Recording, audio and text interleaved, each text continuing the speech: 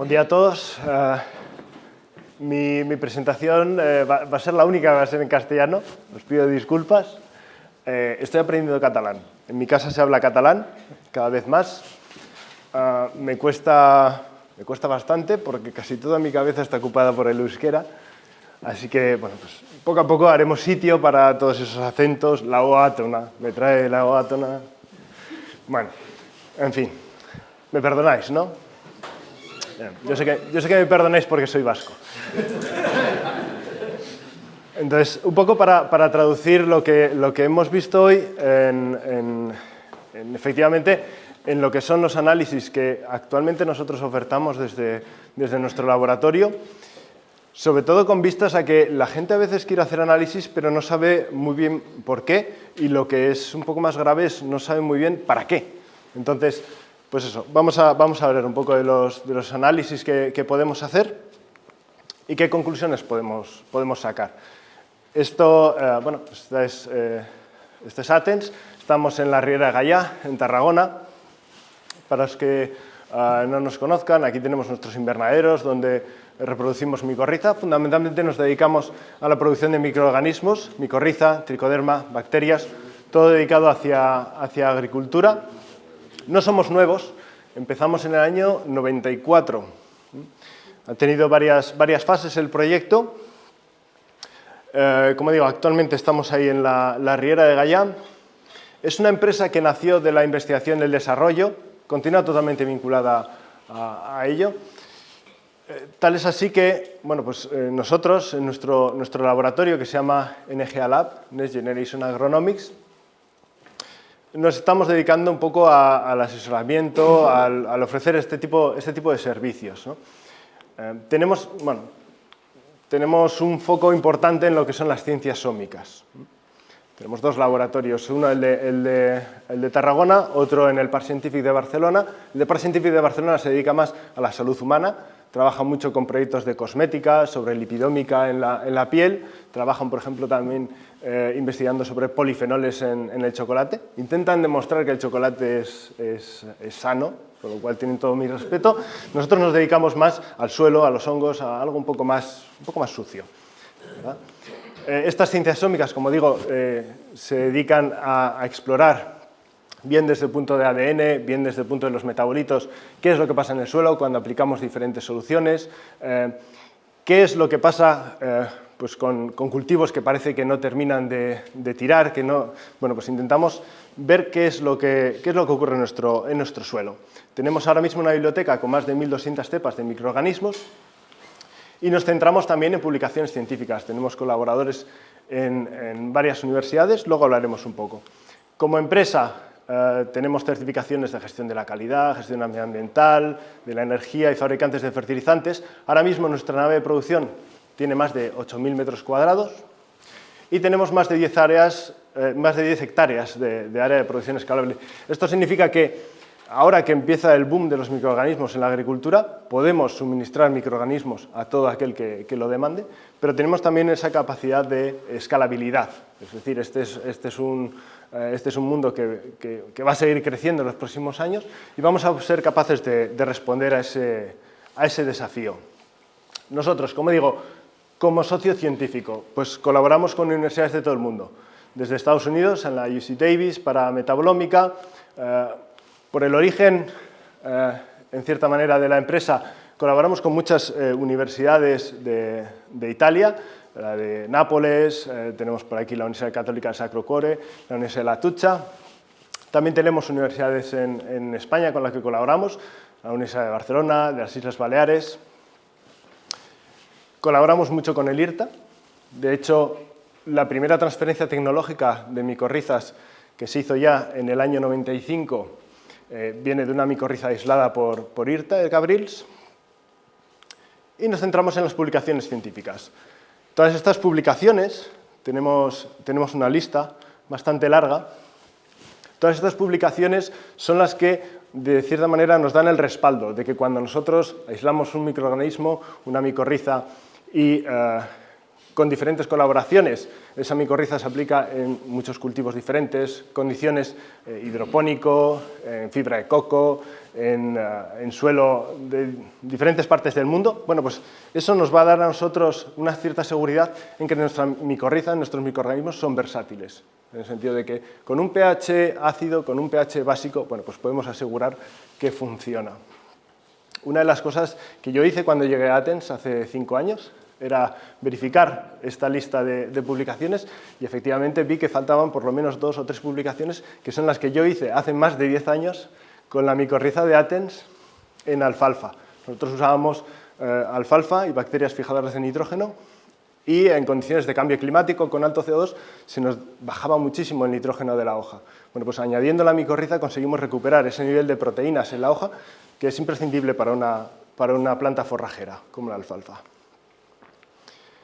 Por citar algunos ejemplos de colaboraciones científicas, el laboratorio de Luigi Uccini en Italia quiso probar qué pasaba con el maíz cuando recortabas un 30% de la fertilización nitrogenada en forma de urea.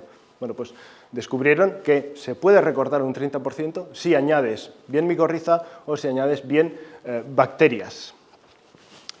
Este recorte de la fertilización nitrogenada del maíz tuvo una serie de consecuencias a nivel del metaboloma de los exudados de la raíz.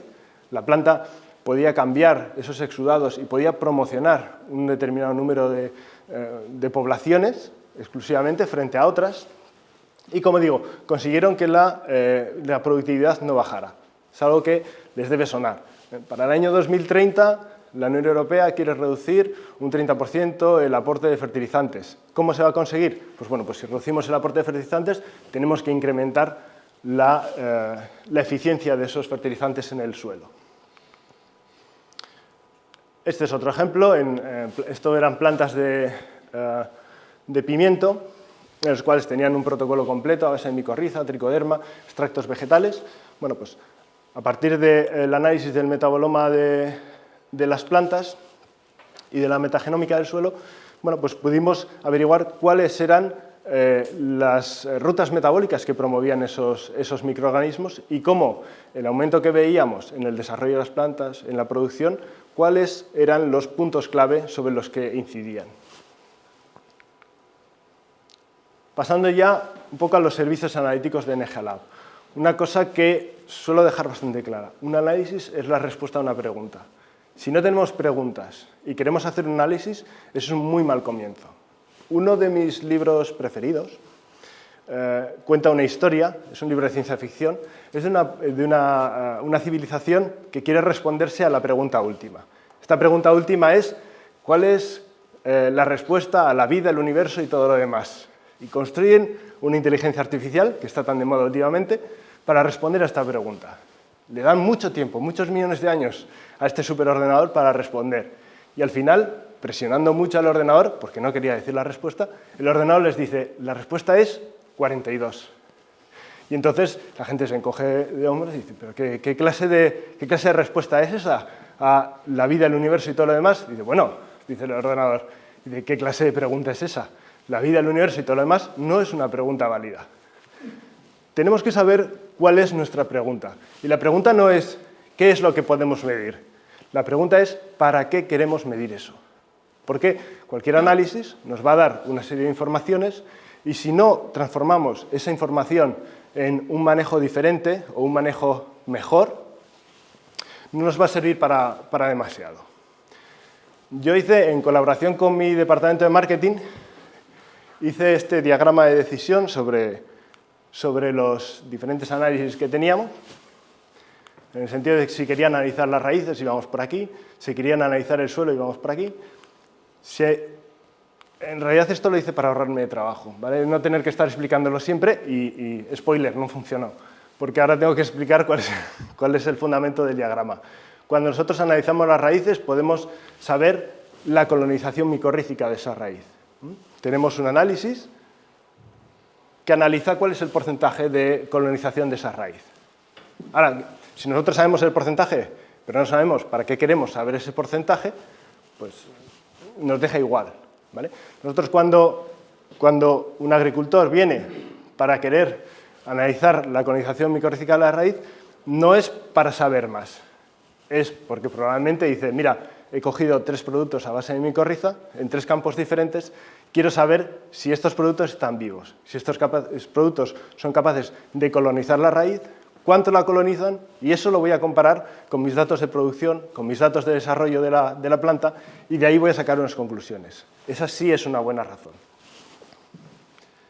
Cuando analizamos el suelo, la pregunta es, ¿me interesa únicamente tricoderma?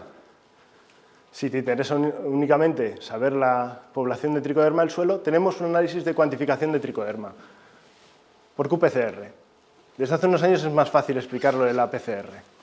Bueno, pero si no sé para qué quiero saber cuál es la cantidad de tricoderma del suelo, si no voy a hacer ninguna actuación después, si no me van a saber interpretar los datos, hay muchas veces que nos llegan agricultores diciendo, sí, es que he analizado la cantidad de fusarium que tengo en el suelo y tengo X unidades formadoras de colonia en el suelo, por gramo de suelo. Dice, ¿y ahora qué hago? Dice, porque en el laboratorio me han dado un análisis, pero no me explican qué hay que hacer. No me explican qué tipo de fungicida tengo que usar, no me explican si es una cantidad alta, si es baja. Intentaremos ir poquito a poco un paso más. Hay gente que no le interesa conocer la concentración de tricoderma del suelo, por lo que sea. Bueno, pues tenemos un análisis que llamamos de patógenos habituales. Es una lista de 16 patógenos, son los sospechosos habituales, Fusarium, Verticillium, Armillaria, Phytophthora. De estos patógenos podemos sacar una PCR y a un golpe de pista podemos saber, solo con la cantidad de ADN que somos capaces de extraer del suelo, si hay mucho, si hay poco. Si con ese análisis te vale, lo podemos hacer.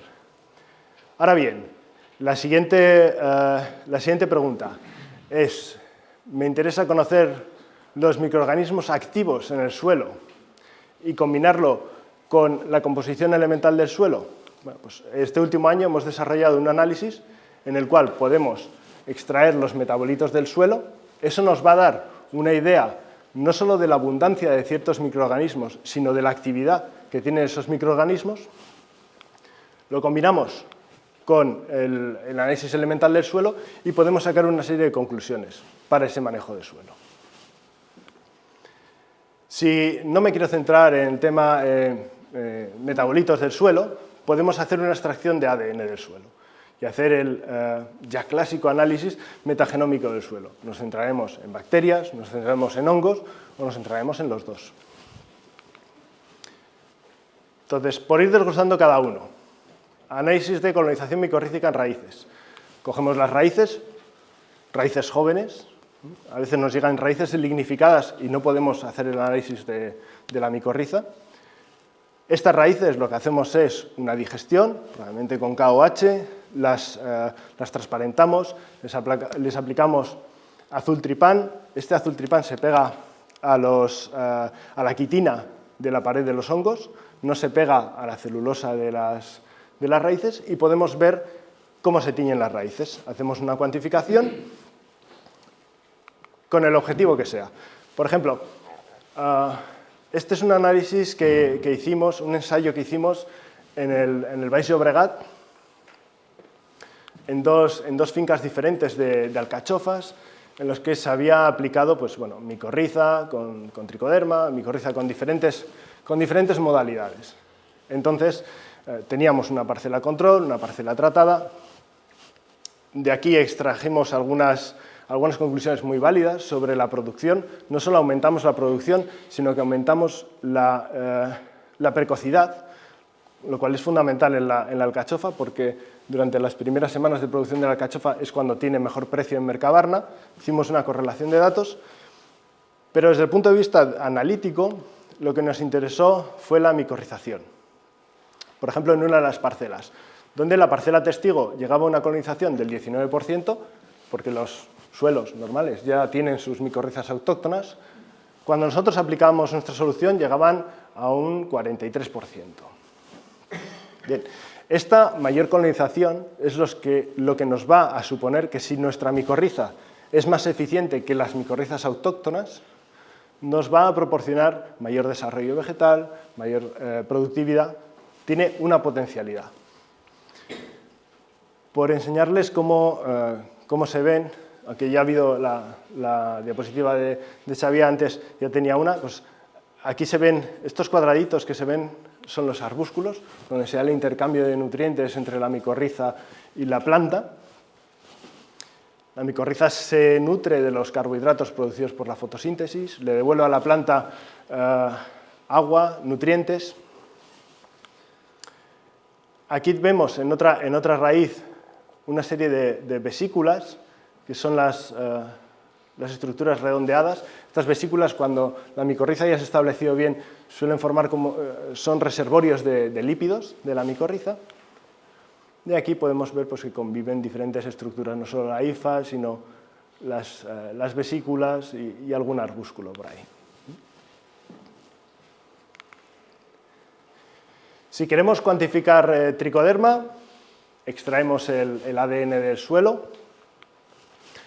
Nosotros vamos a hacer una PCR donde comparamos, como productores de tricoderma tenemos bastante experiencia extrayendo ADN de tricoderma y sabiendo cuántas CFUs corresponde ese ADN, y hacemos una cuantificación. Es decir, del muestreo hay una preparación de la muestra, extraemos el ADN, amplificación del ADN, este es el termociclador. Aquí hacemos una detección por ultravioleta, tenemos un fluoróforo que se pega al ADN. Esta máquina produce una serie de ciclos en los cuales a cada ciclo doblamos la cantidad de ADN de tricoderma en nuestras muestras, y cuando llega a una cierta cantidad produce una detección en la máquina. Esa cierta cantidad de ciclos es lo que se llama el CT. Cuantos menos ciclos CT necesitamos para detectar a tricoderma es porque hay más tricoderma. Este es un caso de un productor de tomate en Extremadura. Tenía dos parcelas diferentes, una tratada con tricoderma una cantidad y la otra exactamente lo mismo, la misma cantidad de tricoderma en los mismos tomates, y sin embargo una estaba muy sana y la otra pues tenía alguna deficiencia, tenía más incidencia de fusarium y no sabía por qué. Luego lo descubrió. Pero bueno, de primeras nos manda las muestras y vemos que este es nuestro estándar primero, el estándar segundo, el tercero, y aquí hay un blanco. Una de las parcelas salía por aquí, en un ciclo CT, que son estos muy cortos, y la otra parcela salía con un CT más largo. Luego nos confesó que la parcela que tenía más tricoderma había regado con agua del río, y la única diferencia es que la otra la había regado con agua del pozo. Hizo un análisis posterior del agua del pozo y eso era un caldo de cultivo de no solo fusarium, sino muchas cosas había ahí. Bueno, pues claro, cuando tú quieres saber si tricoderma se implanta, y dices sí, pero una vez que se implanta, si le estás regando todos los días con agua con fusarium, pues llega un momento que la tricoderma da para lo que da. Bueno, pues tuvo que hacer una serie de actuaciones sobre el agua del pozo y ahora pues, bueno, pues, ha conseguido normalizar esa situación. Genómica, patógenos habituales. Esta es la lista de nuestros sospechosos. Fusarium, Verticillium, Pythium, Rhizoctonia, Pironocheta, Sclerotinia, Botrytis, Lithophthora, Armillaria, Pseudomonas syringae, Erwinia carotobora, Pseudomonas corrugata, Clavibacter michiganensis y 3 nematodos, Meloidogenie, Pratylencus y Trichodorus. Extraemos el ADN del suelo y hacemos una PCR. Aquí no hay una cuantificación. Aquí lo que vamos a tener son unos valores de CT, que si son cortos diremos que hay mucho ADN, y si son largos estos valores de CT, diremos que hay poco. A partir de los datos que nosotros tenemos, esto es en la columna de CT, y la concentración estimada. Daremos en una gráfica que visualmente sea muy explicativa, Y bueno, pues ¿cuáles son los problemas aquí? Pues evidentemente hay problemas de fusarium, o hay algo de rizoctonia, vamos a tener botritis, y las dos pseudomonas están ahí un poco ahí agazapadas. Además tenemos nematodos, meloidogine. Bueno, pues con un golpe de vista podemos saber cuáles son los problemas, o bien reales o bien potenciales, de lo que nos puede venir en un futuro, dependiendo de cómo es el manejo, dependiendo de cómo es el tiempo, de los factores que ya conocéis de sobra. Uno de los problemas que tenemos, más o menos, es cómo muestrear. Sabemos que son los 10, 20 primeros centímetros, sobre todo donde están las raíces, sobre todo donde están las raíces jóvenes, que es donde nos va a afectar estos patógenos, pero sobre el número de muestras. Claro, hablamos con gente que tiene hectáreas y pensar que esas hectáreas son homogéneas, pues es mucho suponer. A veces nos dicen, bueno, pues si yo tengo 4 hectáreas o 4 parcelas, tal, pues te cojo un poquito de una, un poquito de otra, un poquito de otra y un poquito de la cuarta, te lo mezclo todo y te lo envío. Bueno, es un método, a mí no me gusta, particularmente porque al final no sabes de quién es esa muestra, ¿sabes? Tanto si sale poco, si tienes un sitio sucio, está diluido, como si tienes mucho y igual son 2 parcelas las que te están interfiriendo en el resto. Si tenemos limitado, si queremos limitar el número de muestras que queremos hacer, yo particularmente suelo recomendar cuál es el peor sitio que tienes. Siempre hay una esquina, siempre hay una zona baja, siempre hay una zona más pesada del suelo, donde ahí se acumula todo lo peor, ¿no? Pues si somos capaces de saber qué es lo que ocurre ahí, ustedes ya tienen la experiencia para, sabiendo cómo tengo que manejar ese sitio, cómo manejo el de al lado.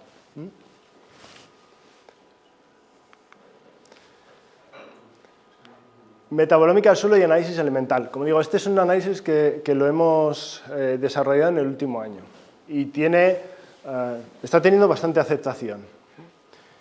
Ya verán ustedes por qué. Bueno, aquí podemos conocer cuáles son las poblaciones del suelo a través de los metabolitos.